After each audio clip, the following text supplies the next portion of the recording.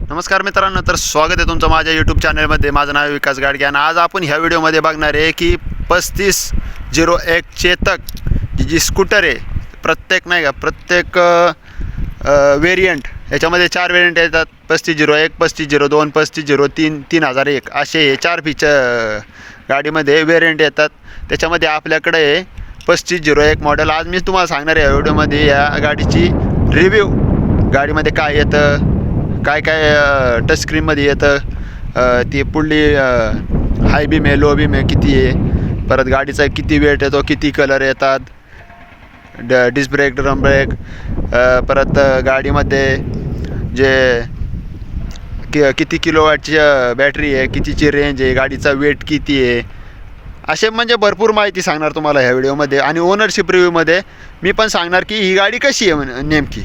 ही गाडीचं आता समजा एक्झाम्पल घेऊ आपण की जी हेडलाईट आहे ती कशी आहे, त्याच्यामध्ये लाईट कशी आहे, समजा ती चांगली आहे, किती म्हणजे संध्याकाळचं दिसतं आहे नाही दिसतं आहे, हाय बीम लो बीम कसं आहे, हे मी तुम्हाला या व्हिडिओमध्ये सगळं सांगणार आहे. तर चला सुरू करूया. पहिला पॉईंट ऑफ व्ह्यू ही चावी.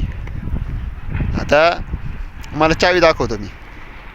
ही गाडीची जी आहे ती चावी आहे. तर ही चावीचा उपयोग तुम्हाला आज सांगणार आहे. ह्या पहिली गोष्ट तर ही अशी, आता गाडी चालू आहे त्याच्यामुळे ते दबत नाही. गाडी बंद असल्यावर आपण जर हे बटन दाबलं तर गाडीचं जे हे आहेत आपले म्हणतात इंडिकेटर, जे 4 इंडिकेटर ते ब्लिंक करतात. आपण समजा कुठं पार्किंगमध्ये गाडी उभी केली असेल काय असेल तर ते कळण्यासाठी आपल्याला याचा उपयोग असतो. हा एक उपयोग झाला.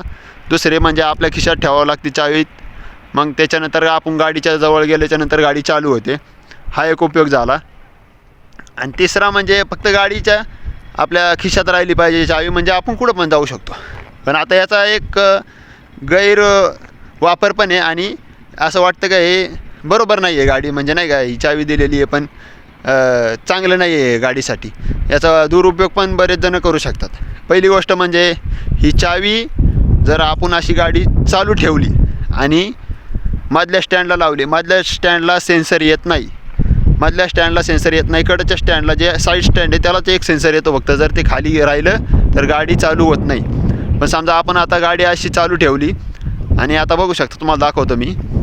आता गाडी चालू आहे, ही गाडी चालू केलीत मी आणि टायर बघा आता बिंगतो आहे टायर असा, बरोबर. म्हणजे जर आपण गाडी चालू ठेवली आणि अशी डबल स्टँडवर लावली आणि कुठं जर थांबलो तरी गाडी चालू राहते आणि कोणी पण घेऊन जाऊ शकतं. असं मला वाटतं हे चुकीचं आहे. कारण कुठपर्यंत पण ही गाडी कमीत कमी माझ्या हिशोबाने मी एक व्हिडिओ टाकला होता, 4-5 किलोमीटरपर्यंत गाडी गेली होती. त्याच्यानंतर माझ्या मित्रांनी पण भरपूर नाही का एक 7-8 किलोमीटर गाडी नेली असेल तरी पण गाडी काही बंद पडली नाही. फक्त त्याच्यात वॉर्निंग लाईट येते याची, कशाची की मिसिंग म्हणून एक वॉर्निंग लाईट येते डिस्प्लेवर, तेवढंच. त्याच्यानंतर दुसरं काहीच येत नाही तरी गाडी चालू राहते, असा विषय. दुसरं काहीच नाही आहे, तर गाडी चालू राहते डायरेक्ट. हाय अशी म्हणजे ह्या गाडीचा असं पॉईंट ऑफ व्ह्यू आहे की दुरुपयोग पण करू शकतात भरपूर जण की गाडी चालू आहे, आपल्याकडे चावी नाही आहे, मग आपण किती पण किलोमीटर ही गाडी घेऊन जाऊ शकतो. याच्यासाठी आपण फक्त करायचं काय नाही, स्टँड खाली घ्यायचं नाही आणि दुसरं म्हणजे गाडी बंद करायची नाही. पण चावी जवळ नसेल तर गाडीची डिक्की खोलणार नाही आणि पुढची पण डिक्की खोलणार नाही. हा एक चांगला आहे. पण हा एक दुरुपयोग आहे की गाडीची चावी जवळ नसेल तर आपण गाडी कुठपर्यंत पण घेऊन जाऊ शकतो. फक्त की मिसिंगचा मेसेज येतो डिस्प्लेवर, तो पण घालवल्याच्यानंतर बंद होऊन जातो. हा एक पॉईंट ऑफ व्ह्यू आहे की आता हे झालं कीचं सगळी माहिती.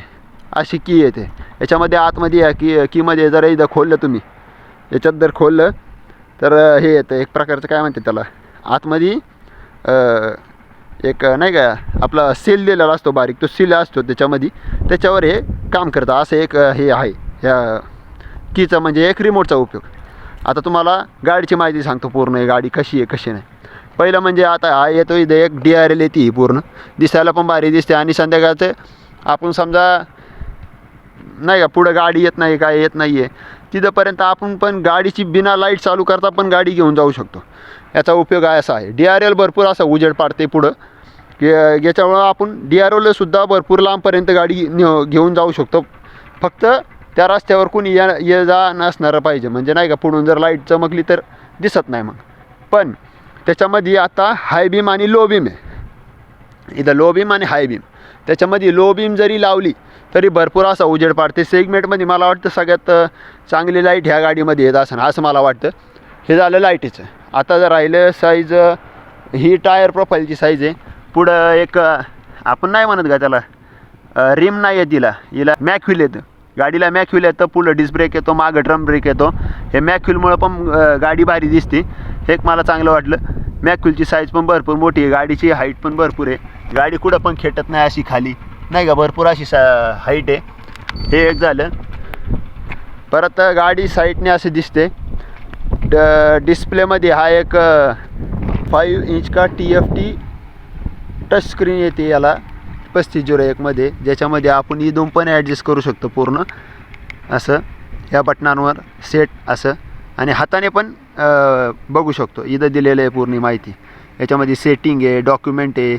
आता हे डॉक्युमेंटमध्ये आपण गाडीचे लायसन, रजिस्ट्रेशन, इन्शुरन्स हे पूर्ण आपल्याला ॲप डाउनलोड करावा लागतो, तेव्हा याच्यात ते फिट केलं जातं असं. नंतर खाली डिस्प्ले आहे. डिस्प्लेमध्ये आपण ब्राईटनेस वाढवू शकतो, थंबनेल बदलू शकतो. थंबनेलसाठी आपल्याला वेगळा टेक पॅक घ्यावा लागतो. टचमध्ये याच्यामध्ये काय येतं, नॉर्मल टच येतो, किंवा नाही का रेनमध्ये आपण समजा पाऊस पडत आहे तर स्क्रीन टच होत नाही, त्याच्यामुळे त्याच्यासाठी पण वेगळं टच सेन्सिटिव्हिटी दिलेली आहे त्यांनी. परत तिकडं ऑफ पण करू शकतो, बटनावर आपण अप्लाय करू शकतो. परत तिकडं शेवट आहे ग्लोव्ज, म्हणजे आपण हातामध्ये मौजे घातले तरी ते टच होतं. असे 4 टच सेन्सिटिव्हिटी दिलेली आहे त्यांनी. त्याच्यामध्ये खाली व्हेकल इन्फो दिलेला आहे. व्हेकल इन्फोमध्ये आता आहे 0 किलोमीटर माझी गाडी 1100 किलोमीटर आता गाडीचे पूर्ण झालेले आहे. आता गाडीला सर्व्हिसिंगला न्यायची आहे, ती दाखवते. ट्रिप इन्फो दाखवते, इथं ट्रिप असं आहे.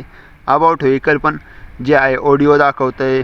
परत हे लास्ट चार्जिंग कधी केली ती बॅटरी हेल्थ दाखवते, रायडिंग स्कोअर दाखवते. परत अजून हेल्पमध्ये काय असं आपल्याला हेल्प लागली तरी इथं कसं काय गाईड केलेलं आहे त्यांनी, काय कोणतं बटन आहे, याच्यासाठी काय उपयोग होतो ते पण दिलेलं आहे याच्यामध्ये. असे 4-5 पॉईंट येतात, setting, document, display, vehicle info, आणि इकडं पण वॉर्निंग येते. इकडं जर स्टँड खाली असेल तर वॉर्निंग येते, इथं नोटिफिकेशन येते. इथं इरॉरमध्ये आता माझी सर्व्हिस ड्यू आलेली आहे ते दाखवलेलं आहे त्यांनी. आणि आता एक टेक पॅक असतो वेगळा, तो टेक पॅक मला तरी असं वाटतं का कंपनीने डायरेक्ट याला दिलं पाहिजे अटॅच करून, कारण एवढं गाडीचं 1,44,000 रुपये घेत आहे. त्याच्यामुळं त्यांनी डायरेक्ट याच्यात गाडीसोबतच टेक पॅक डायरेक्ट जोपर्यंत गाडी आहे तोपर्यंत, पण त्याच्यासाठी 5,000 वेगळे खर्च करावं लागतात. त्यासाठी इथं म्युझिक आहे, याच्यासाठी टेक पॅक डिसेबल म्हणून दाखवलेलं आहे म्युझिकसाठी. आणि इथं नॅव्हिगेशनसाठी असे नॅव्हिगेशन असेल, म्युझिक असेल. परत एक प्रकारचा आपण घड्याळ घातला हातामध्ये, त्याच्यावर जर गाडीला कोणी धक्का लावत असेल, चोरीसाठी असं काहीतरी करत असेल तर ती गाडी मोबाईलवर किंवा वॉचवर आपल्याला सांगते असा प्रॉब्लेम आहे म्हणून. त्याच्यासाठी तो टेक पॅक त्याच्यासाठी वेगळे खर्च करावं लागतात. ते बरोबर नाही वाटत मला, ते डायरेक्ट गाडीसोबतच दिलं पाहिजे असं मला वाटतं. आता हे राहिलं पूर्ण याची स्क्रीनची माहिती आहे. त्याच्यामध्ये काय माहिती आहे ती तुम्हाला सांगतो. एक प्रकारची गाडीमध्ये 153 किलोमीटरची रेंज दाखवते गाडी. ॲक्च्युअलमध्ये 100% चार्जिंग केल्याच्या नंतर पण गाडी 134 किलोमीटरच दाखवते माझ्या डिस्प्लेमध्ये. आता मला बाकीचं माहीत नाही, पण माझ्या गाडीच्या डिस्प्लेमध्ये मला 153 दाखवत नाही 100% चार्जिंग झाल्याच्या नंतर पण. दुसरी गोष्ट, top speed 73 km/h company suggest करते, पण मी 82 km/hच्या स्पीडने पळवलेली गाडी आहे, त्याच्यामुळे हे चांगले. तिसरी गोष्ट, बॅटरी 3.5 kWची ती इन्स्टॉल केलेली आहे पहिल्या जुन्या गाड्यांमध्ये.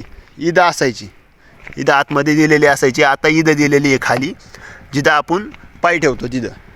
नंतर चार्जिंग ही 0.8% 3 तासात होते असं कंपनी म्हणते, पण ती 80% चार्जिंग ही 3 तासात होत नाही. कमीत कमी 3.5 तास लागतात, आणि पूर्ण चार्जिंग होण्यासाठी कमीत कमी 4.5 तास लागतात असं मला माहिती, कारण मी स्वतः चार्जिंग करतो आहे दररोज. तिकडे जायचं असेल तिकडं. नंतर ही बॉडी पूर्ण स्टीलची येते, पूर्ण स्टील आहे, बघू असं स्टील आहे याच्यामध्ये, पूर्ण स्टील आहे. चौथी गोष्ट आहे, डिस्प्ले हा 5 इंच TFT ट्रान्समिशन येतो. आता गाडी बंद झालेली आहे, कारण ते जास्त वेळ जर गाडी चालू ठेवली तर ती आपोआप बंद होते. त्याला पण टायमिंग आहे. कमीत कमी आता माझ्या हिशोबाने 10 मिनटं झालं असेल तेव्हा ती गाडी बंद झालेली. ते पण पॉईंट ऑफ व्ह्यू चुकीचा वाटतो, कारण एवढ्या वेळ गाडी चालू नाही राहिली पाहिजे. एखादा जर रिमोट घरी राहिला तर कमीत कमी अर्धा किलोमीटर गेल्याच्यानंतर किंवा इथपासून तर त्या पाठीपर्यंत जरी गेली तरी पण बंद पडली पाहिजे गाडी, असं मला वाटतं. हे कंपनीने बघितलं पाहिजे. त्याच्यानंतर ब्रेकमध्ये फ्रंट ब्रेक आपला येतो कोणता, डिस्क ब्रेक येतो आणि मागं ड्रम ब्रेक येतो. नंतर अजून एक काय आहे पॉईंट, ऑप्टिकल टेक पॅक. त्याच्यामध्ये हिल होल्ड अशी जो फीचर येतो तो टेक पॅकमध्ये येतो. नंतर जो नॅव्हिगेशन असेल, रिमोट इमोबिलायझर असेल, परत इमोबिलायझर ओव्हर स्पीडिंग अलर्ट येतो. आता अजून या गाडीमध्ये आहे ना कलर येतात, ब्रॉकलिन ब्लॅकमध्ये एक कलर येतो, हॅझलनट येतो, इंडिगो मॅटॅलिक एक कलर येतो, मॅटी स्कॅरलेट रेड आणि पिस्ता ग्रीन, म्हणजे 1 2 3 4 5 कलर अवेलेबल आहे या गाडीमध्ये. आता हे झाले सगळं डिटेल. आता मी सांगतो तुम्हाला अजून काय काय व्हिडिओ गाडीमध्ये प्रॉब्लेम आहे. पहिली गोष्ट म्हणजे हे मधल्या स्टँडचं झालं. दुसरी गोष्ट आता 3.5 किलोवॉटचे इथं चार्जिंगचे हे असते, इथं चार्जिंग दिलेली आहे. त्याच्यामध्ये अजून स्पेस कुठं काय गाडीमध्ये येते तुम्हाला दाखवतो. इथं थोडा स्पेस येतो आहे आपल्याला. त्याच्यामध्ये इथं चार्जिंग सॉकेट येते, ते चार्जिंग सॉकेट चांगले आहे. परत हे इथं आता बरेच जणांना माहीत नाही इथं काय येते, पण हे बघू शकता. आता इथं हे निघत नाही लवकर, पण इथं आपल्याला गाडीत हे असं एक पाना बिना येतो. गाडी जर कुठं बंद पेडली काय, त्यांच्या सजेशनने आपण करू शकतो काहीतरी. त्याच्यामुळे इथं जागा आहे ती थोडीफार, आणि इथं फोन ठेवायला जागा आहे. आणि आतमध्ये हे बटन दाबल्याच्यानंतर हे 35 लिटरचा बोट स्पेस येतो, ज्याच्यामध्ये काय पण ठेवू शकतो आपण. आणि इथं हे चार्जिंगला लावायला सॉकेट येतं, इथून चार्जर लावू शकतो. पण त्याच्यासाठी पण चार्जिंग लावण्यासाठी आपल्या जिथं लावतो आहे चार्जिंगला आपण तिथं आपल्या त्या बोर्डला म्हणा किंवा जमिनीला म्हणा आर्थिंग दिलेली पाहिजे, तरच गाडी चार्जिंग होते. नाहीतर कधी पण गाडीचं काही पण खराब होऊ शकतं, असं मला वाटतं. हा एक पॉईंट ऑफ व्ह्यू आहे. अजून दुसरं तरी काय सांगण्यासारखं नाही आहे, एवढंच आहे. मी आहे ना आज सजेशन करीन तुम्हाला की 3502 मॉडेल घेण्यासाठी, कारण 1,44,000 हे आणि ते कमीत कमी 10,000चा फरक आहे. 1,34,000पर्यंत 33पर्यंत ती तुम्हाला गाडी पडेल. त्याच्यामध्ये काय टेक पॅक घ्यायची गरज नाही, कारण त्याचं डिजिटल इन्स्ट्रुमेंट क्लस्टर येतच नाही. व्हिडिओ आवडला असेल तर लाईक करा, शेअर करा आणि सबस्क्राईब करायला विसरू नका. आणि गाडी घ्यायचा असेल तर विचार करा, गाडी कुठं पण बंद पडू शकते. धन्यवाद.